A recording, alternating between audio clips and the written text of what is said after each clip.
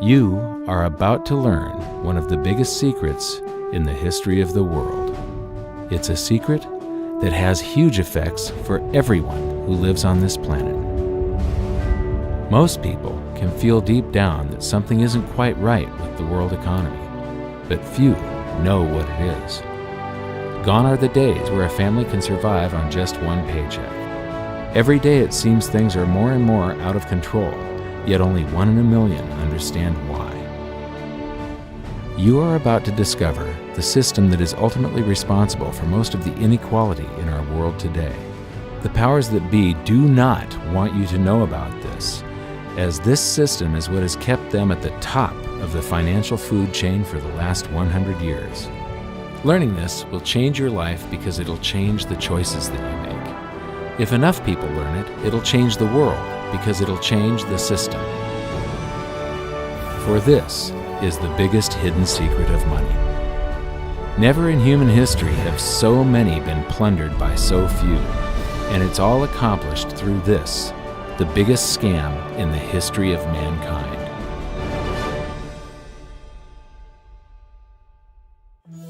They say that money doesn't grow on trees, but the truth is that the modern banking system creates currency far faster than trees can grow. Most people don't have a clue how currency is created. Economists and bankers make it sound so complex that people think they can't understand it. But I'm going to strip our monetary system down to its essence so that you can see the scam behind the curtain and just how it affects you. Every modern society creates currency in pretty much the same way. But since the US dollar is the majority of the world's currency, I'm going to use the United States as our example. It all starts when some politician says, "Vote for me and I'll make sure the government provides you more free stuff than my opponent will." But there's no such thing as a free lunch. So to provide that supposedly free stuff, the politicians vote for the country to spend more than its income. This is called deficit spending. To pay for that deficit spending, the Treasury borrows currency by issuing a bond. So what's a bond? If you think about it, a bond is really nothing but a glorified IOU. It's a pretty piece of paper with numbers printed on it that says, "Loan me $1 trillion today, and I promise over a 10-year period I'm going to pay you back that $1 trillion plus interest." But what you need to understand is that Treasury bonds are our national debt. These glorified IOUs are to be paid back by you and I and our descendants through future taxation. Therefore, when the government issues a bond, it steals prosperity out of the future so that it can spend it today. The Treasury then holds a bond auction, and the world's largest banks show up and compete to buy part of our national debt and make a profit on it by earning interest. You'll notice that as we move through this process, the big banks are there, taking a cut every step of the way. This isn't by chance, as you'll see shortly. Then, through a shell game called open market operations, the banks get to sell some of those bonds to the Federal Reserve at a profit. To pay for the bonds, the Federal Reserve opens up its big old checkbook and writes bad, bogus, counterfeit checks that should bounce because they're drawn on an account that always has a zero balance. There isn't 1 penny in there. To quote from the Boston Federal Reserve, "When you or I write a check, there must be sufficient funds in our account to cover that check. But when the Federal Reserve writes a check, there is no bank deposit on which that check is drawn. When the Federal Reserve writes a check, it is creating money." The Fed then hands those checks to the banks, and at this point, currency springs into existence. The banks then take that currency and buy more bonds at the next Treasury auction. But what is a check? A check is also an IOU. When you write a check, you're making a note that says, "Here's my IOU for cash. All you have to do is go to the bank and pick it up." Now, it's very, very important that you understand this process because we're going to come back later and show you the devastating effect this has on you. The Treasury issues IOUs, bonds. The banks then buy those IOUs with currency. The Federal Reserve then writes IOUs, checks, and hands them to the banks in exchange for the Treasury's IOUs, the bonds. And currency is created. So what's really happening is the Federal Reserve and the Treasury are just swapping IOUs, using the banks as middlemen, and abracadabra, presto, currency magically springs into existence. This process repeats and repeats over and over again, enriching the banks and indebting the public by raising the national debt. The end result is that there's a buildup of bonds at the Federal Reserve and currency at the Treasury. This process is also where all paper currency comes from. The Federal Reserve and the government mistakenly call it base money because they didn't watch episode 1 of this series and they don't know the difference between money and currency. But I will correctly refer to it as base currency because it is not money. It is currency, and as we've learned, there is a big difference. Money has to be a store of value and maintain its purchasing power over long periods of time. We learned in episode 1 that earlier in our history, our paper currency was just a claim check. It was a representation for real money of intrinsic value, the gold and silver that was held on deposit at the Treasury. You could walk into any bank and slap your currency, like say a $20 bill, on the counter and redeem it for real money, a $20 gold piece. But now, this base currency that's piling up back here is really nothing but a receipt or a claim check on an IOU, that bond. So it's really nothing but a supply of numbers. The Treasury then deposits the newly created currency into the various branches of the government, and the politicians say, "Hey, thanks for that." And the government does some deficit spending on public works, social programs, and war. The government employees, contractors, and soldiers then deposit their pay in the banks. Now, this may come as a shock to you, but when you deposit your currency with the bank, you're not actually depositing it into an account to be safely held in trust for you. Instead, you're actually loaning the bank your currency, and within certain legal limits, they can do with it pretty much anything they please. This includes gambling in the stock market and loaning it out, at a profit, of course. Now this is where the machine of currency creation really gets cranking, because this is where something called fractional reserve lending comes into play. Fractional reserve lending is exactly what it says. The banks are allowed to reserve only a fraction of your deposit and loan the rest out. Although reserve ratios may vary, I'm going to use a 10% reserve ratio as our example. If you deposit $100 in your account, the bank can legally take $90 of it and loan it out without telling you. The bank must hold $10 of your deposit in reserve just in case you want some of it. These reserves are called vault cash. But why does your bank account still say you have $100 if the bank has stolen $90 of it?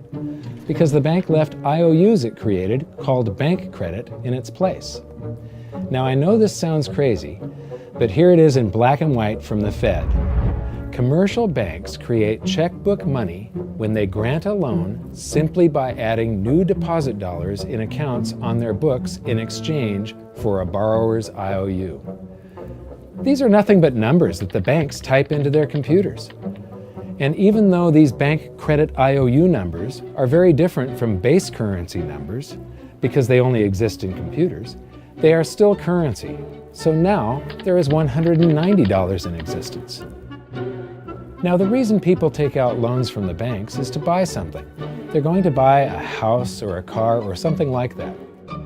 So the borrower takes the $90 that the bank loaned to him from your account and he pays the seller of the item. But then the seller deposits that currency into his account and his bank loans out 90% of that and leaves bank credit numbers in its place. So now there's $271 in existence. This process repeats and repeats until under a 10% reserve ratio, an initial deposit of just $100 can create up to $1,000 of bank credit, all backed by $100 of vault cash, just 10%. But as I said, reserve ratios vary wildly. On some deposits, it's 10%, on others, it's 3%, and on some forms of deposits, reserve requirements are 0. The result is that the expansion of the currency supply by the banks is far greater than even this example would lead you to believe. So once again, when currency is deposited in the banks get to lend it out, and then it gets redeposited and relent, redeposited and relent, redeposited and relent over and over again, creating bank credit all the way. This is where the vast majority of our currency supply comes from. In fact, 92 to 96% of all currency in existence is created not by the government, but here in the banking system. Now, massive amounts of currency spewing into society may at first sound like a fun idea. That is, until you remember one of the most important hidden secrets of money from episode 1, that the prices of everyday goods and services act as a sponge on an expanding currency supply. The more currency we have, the more prices rise. This is where inflation comes from. The true definition of inflation is an expansion of the currency supply. Rising prices are merely the symptom. So our entire currency supply is nothing but a couple of bucks whipped up in this hocus-pocus scam where the Treasury and the Federal Reserve swap glorified IOUs, and a bunch of numbers that the banks just type into their computers. That's it. That's our entire currency supply. It's nothing but a supply of numbers. Some of them printed, most of them typed, and there is nothing else. But if you thought that was crazy, get ready to enter the twilight zone of modern economics. We work for some of that currency supply. True wealth is your time. But we trade away moments of our lives, hour by hour, day by day, and year by year, for numbers that somebody printed on pieces of paper or just typed into a computer. Now those numbers represent our blood, sweat, tears, labor, ideas, and talent. We are what gives the currency its value. But here comes the really cruel joke. We work hard so that we can save some of that currency, so that we can pay the tax collector. In the United States, it's known as the IRS. They then turn it over to the Treasury so that the Treasury can pay the principal plus interest on that bond that the Federal Reserve bought with a check drawn on an account that has nothing in it. Now let's do a recap on this section because this is where the system begins to rob you and I on a massive scale. Much of our taxes are not used for schools, roads, and public services, but to pay interest on bonds that the Federal Reserve bought with a check drawn on an account that has nothing in it. The Federal Reserve is committing fraud. But here's one of the biggest secrets of them all. Before the establishment of the Federal Reserve, there was no need for personal income tax. The Federal Reserve was created in 1913, and that very same year, the Constitution was amended to allow income tax. Do you really think this was just a coincidence? Ask yourself how much income tax you've paid over your lifetime. Much of it has been silently siphoned away into the hands of those who own the system. Yes, this system has owners. Who they are is an even bigger secret that we'll get to shortly. But first, we need to understand the mumbo-jumbo of the so-called debt ceiling. It's all based on a huge paradox. There was interest due on that bond, and there was interest due on every one of those loans that the banks made. That means that there is interest due on every dollar in existence. Let me ask you something. If you borrow the very first dollar into existence, and that's the only dollar that exists on the planet, but you promise to pay it back plus another dollar's worth of interest, where do you get the second dollar to pay the interest? The answer is that you have to borrow that one into existence and promise to pay it back with interest as well. So now there are $2 in existence, but you owe $4, and so on and so on. The result is there's never enough currency to pay the debt. There is always more debt in the system than there is currency in existence to pay the debt. Therefore, the whole system is impossible. It is finite. It will come to an end one day. What would happen if the government stopped borrowing to do deficit spending? Are the payments on those treasury bonds going to stop? What would happen if the public stopped borrowing and going deeper into debt? Are your house and car payments going to stop? No. There is a payment due every month on the principal plus the interest on every dollar in existence, and those payments do not stop. If we stop borrowing, then no new currency is created to replace the currency that we used to make those payments. Whether you're making a payment on a loan or paying tax to make a payment on a bond, the portion of the payment that goes to pay off the principal extinguishes that portion of the debt. But the debt also extinguishes the currency. Currency and debt are like matter and antimatter. When they meet, they annihilate each other. If we just pay off the principal only on all the loans and bonds that exist, the entire currency supply just vanishes. So if we don't go deeper into debt every year, look what happens. The whole thing goes into a deflationary collapse under the weight of those payments. Politicians and pundits alike talk about balancing the budget, paying down the debt, and living within our means. They don't understand that that is deflationary. It is impossible to do under our current monetary system without collapsing the whole economy. This is why any talk of a debt ceiling is not only ridiculous, it's delusional. The system is designed to require ever-increasing levels of debt just to continue. And that's why politicians will always kick the can down the road and raise this so-called debt ceiling over and over again until the whole system finally collapses under its own weight. In other words, they don't want it to collapse on their watch. The Founding Fathers of the United States knew the dangers of central banking and fought to free themselves from this very thing. The Revolutionary War started out as a tax revolt, but now we must pay tax just to have a monetary system. Having just suffered through the hyperinflation of the continental dollar, which was printed into oblivion to finance the Revolutionary War, they understood the dangers of fiat currency and debt-based monetary systems. So to protect future generations from institutional theft and out-of-control government, they wrote into the Constitution that only gold and silver can be money for the simple fact that you can't print them. Our current system is not only unconstitutional, but it robs us of the liberty and prosperity our forefathers fought and died for. We are all feeling the effects of ignoring the Constitution right now. By forcing more currency into circulation, our purchasing power is diluted. Inflation is a slow and insidious stealth tax that is simply the result of this debt-based monetary system. This system empowers and benefits those who create the currency and receive it first, as they get to spend it into circulation before it has an effect on the economy. They're stealing purchasing power from you and transferring it to the banks and the government every hour of every day because of this false monetary system. And it's not like the people at the top don't know this.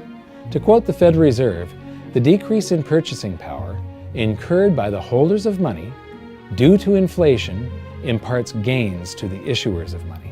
This is a fraud. It is a pyramid scheme, it is a Ponzi scheme, it's a scam, and it's a lie. Our entire monetary system is nothing but a form of legalized theft. But here's the biggest con job of them all. The Federal Reserve is not federal, it has stockholders. There is no federal agency that has stockholders. What's a stockholder? A share of stock represents a percentage of ownership in a corporation. So the stockholders are the owners of that corporation. Therefore, the Federal Reserve is a private corporation with owners. And you can see it for yourself if you go to the Federal Reserve's website, and it will say, the stockholders receive an annual dividend of 6%. Now we know that the stock in the Federal Reserve was originally issued to the largest banks in the United States. But because of mergers and acquisitions through the years, you can't actually trace who owns the stock in the Federal Reserve. That's a very closely guarded secret. My guess would be that the owners are those primary dealers, the banks that get to make a profit by selling part of our national debt, those bonds, to the Federal Reserve, who buys them with a check from nothing. Then we pay tax to pay the principal and the interest on those bonds so that the Federal Reserve can pay the banks a 6% dividend. Don't be alarmed if you don't quite comprehend the deception of this system at first glance. Very few people do. It is purposely complex. The economist John Maynard Keynes once wrote, "By this means, government may secretly and unobserved confiscate the wealth of the people, and not one man in a million will detect the theft." I believe that presented correctly, anyone can understand this system, regardless of how complex it is. So let's do a recap and break it down even more. The way the system works is that, step 1, the government creates glorified IOUs. These bonds increase our national debt and put the public on the hook to pay it back. Step 2, IOUs are swapped to create currency. The Treasury sells the bonds to the banks. The banks then turn around and sell our national debt at a profit to the Federal Reserve, which they probably own. The Federal Reserve then opens its checkbook that doesn't have a penny in it and buys those IOUs with IOUs that it writes, checks, on a checking account that has a zero balance. Then they give those checks to the banks and currency just springs into existence, and then the whole process repeats. This results in a buildup of bonds at the Federal Reserve and currency at the Treasury, which is really just a supply of numbers. The Treasury then deposits the numbers in the various branches of the government, and we get to step 3. The government spends the numbers on promises, public works, social programs, and war. Then the government employees, contractors, and soldiers deposit their pay into the banks. And we get to step 4, where the banks multiply the numbers by magically inventing more IOUs through fractional reserve lending, where they steal a portion of everyone's deposit and lend it out. That currency gets redeposited, and then a portion is stolen again. And the process repeats over and over, magnifying the currency supply exponentially. Then we work for some of those numbers, which brings us to step 5, where our numbers are taxed. We pay tax to the IRS, who then turns our numbers over to the Treasury, so the Treasury can pay the principal plus the interest on bonds that were purchased by the Federal Reserve with a check from nothing. Then we get to step 6, the debt ceiling delusion. The system is designed to require ever-increasing levels of debt and will eventually collapse under its own weight because politicians always kick the can down the road. They don't want it to collapse on their watch. And finally, step 7, the secret owners take their cut. The world's largest banks own the Federal Reserve. Those banks make a profit selling our national debt to the Fed. They make a profit when the Fed pays them interest on the reserves held at the Fed, and the Fed pays them a 6% dividend on their ownership of the Fed. This system is fundamentally evil.